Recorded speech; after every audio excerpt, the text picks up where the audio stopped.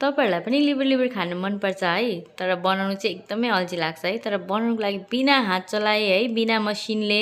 यो मैले अब लिबर रेडी गरेको है तपाईहरुलाई कसरी रेडी गरेको म यो भिडियोमा तपाईहरुलाई कम्प्लिट देखाउने छु ल प्रोसेस यहाँ देख्न सक्नुहुन्छ अब तपाईहरुले पनि घरमा दुःख गर्नुहुन्छ होला है हातमा यहाँ देख्न सक्नुहुन्छ आमाम यस्तो अब यहाँ गरी कति टाइम लाग्छ अब यसरी बनायो भने चाहिँ तर आज चाहिँ यहाँ मैले एउटा कैँचीले हामी यहाँ देख्न सक्नुहुन्छ तपाईलाई एउटा कैँचीले यहाँ तपाईलाई 5 मिनेट पनि लाग्दैन है यो प्रोसेस गर्नु यहाँ देख्न सक्नुहुन्छ ल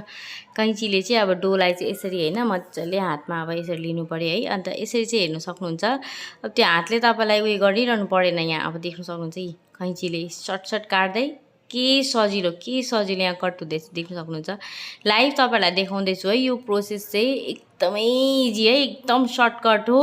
मलाई चाहिँ यति सजिलो लाग्छ नि यसरी पकाएर खानु टेस्ट पनि यति दामी हुन्छ अब हातले बिना हात चलाए अब जस्ट कैँचीले मात्रै टक टक टक काट्यो 5 मिनेटमा उमाल्यो सक्यो तपाईलाई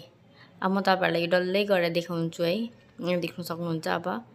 यहाँ हाम्रो यति भइसकेछ त्यसपछि यहाँ देख्न सक्नुहुन्छ यो भइसकेर हाम्रो सबै यहाँ एकैछिनमै कट भएर सेम देखिँदैछ लाग्दैछ हातले नै बनाएको जस्तै अब तर चाल पाउँदैन कसैले पनि खानेले पनि चाल पाउँदैन यो हामीले चाहिँ कैँचीले काटेर बनाएको भनेर खाने मान्छे पनि झुकिन्छ अब देख्न सक्नुहुन्छ है हामीले चाहिँ यसरी गरेर सबै कट गरिसक्यो यहाँ देख्न सक्नुहुन्छ यसरी गर्दै सबै कटिङ गर्नु हामीलाई 5 मिनेट पनि लागेन यहाँ देख्न सक्नुहुन्छ लाइभ तपाईहरुलाई देखाउँदैछु एकैछिनमा हामीले कट गरिसक्यो है अब यसलाई चाहिँ हामी तातो पानीमा हल्का उमालेर चाहिँ अब यो प्रोसेस त बनाउन थाहा नै होला प्रायलाई पानी उम्लिँदा नै म यहाँ कलर एड गरिसकेको छु है अब देख्न सक्नुहुन्छ मेरो यहाँ उम्लिम सक्यो रेडी भइसक्यो बोइल भएर यसलाई म मज्जाले यसलाई ड्राई गरिहाल्छु है पखालेर हल्का 1-2 खेप त्यसपछि यहाँ देख्न सक्नुहुन्छ सेम देखिँदैछ है अब यसलाई म कसैले भन्नै सक्दैन यो हामीले कैँचीले काटेर बनाएको भनेर त्यसमा एड गर्नुको लागि मैले यहाँ टमाटो चिली है यहाँ अब प्याज सबै धनियाँहरू सबै रेडी गरिसकेको छु त्यसपछि यहाँ हल्का तेल जस्तै तातो हुन्छ त्यस्तै यहाँ हामीले हल्का चिली र यहाँ प्याज हालेर चाहिँ हल्का फ्लेम गरेर चाहिँ हल्का रातो भुट्नु पर्यो है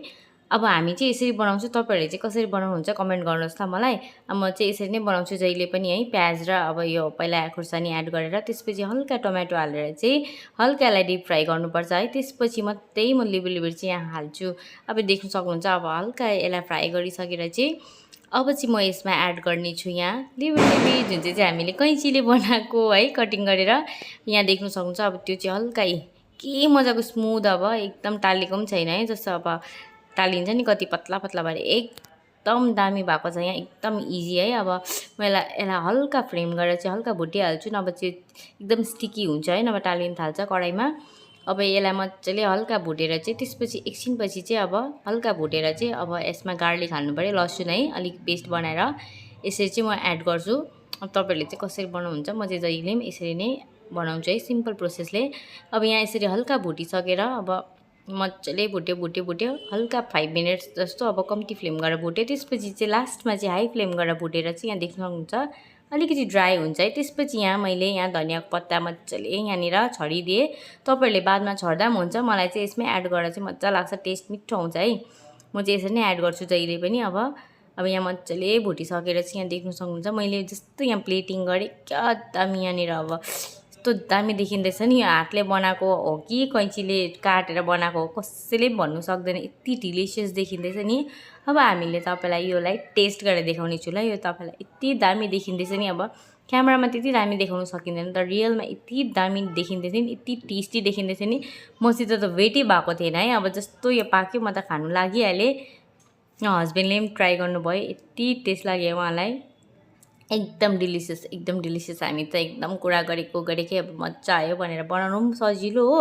अब म त हरेक हप्ता बनाउँदै खान्छु मलाई त एकदमै टेस्टी लाग्यो एकदमै चिन्नै नसक्ने हामीले चाहिँ अब त्यसलाई कैँचीले काटेर बनाएको केले हातले बनाएको टेस्ट एकदम डिफ्रेन्ट नै छैन एकदम सेम टु सेम टेस्ट है एकदम मन पर्यो मलाई त म त एभ्री विकमा अब म त विकमा 2 टाइम्स बनाउँछु आफ्नो घरमा तपाईहरुले बनाउनुहुन्छ कि बनाउनु हुँदैन अब तपाईहरुलाई यो ट्रिक्स मन पर्यो कि मन परेन कमेन्ट गर्नुहोस् ल तपाईलाई यो इजी लाग्यो कि अब हार्ड लाग्यो है मलाई त एकदमै इजी लाग्यो लु कमेन्ट गर्नुहोस् है सबैले भिडियो मन परेन लाइक गर्नुहोस् ल see in the next video by